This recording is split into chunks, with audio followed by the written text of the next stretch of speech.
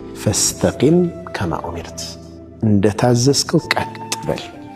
ሱረቱ ሁድ ላይ ይህች አያ ስትወርድ ነቢዩ ዓለይሂ ሰላቱ ወሰላም ሸየበትኒ ሁድን ወአኸዋቱሃ ብለዋል።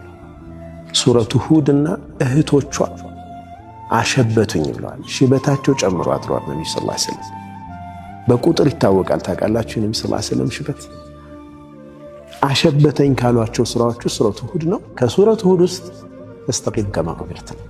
ኢነ ለዚነ ቃሉ ረቡና አላህ ሱመ እስተቃሙ አላህ ጌታችን ነው ብለው በዛ መንገድ ላይ ቀጥ ያሉ ሰዎች።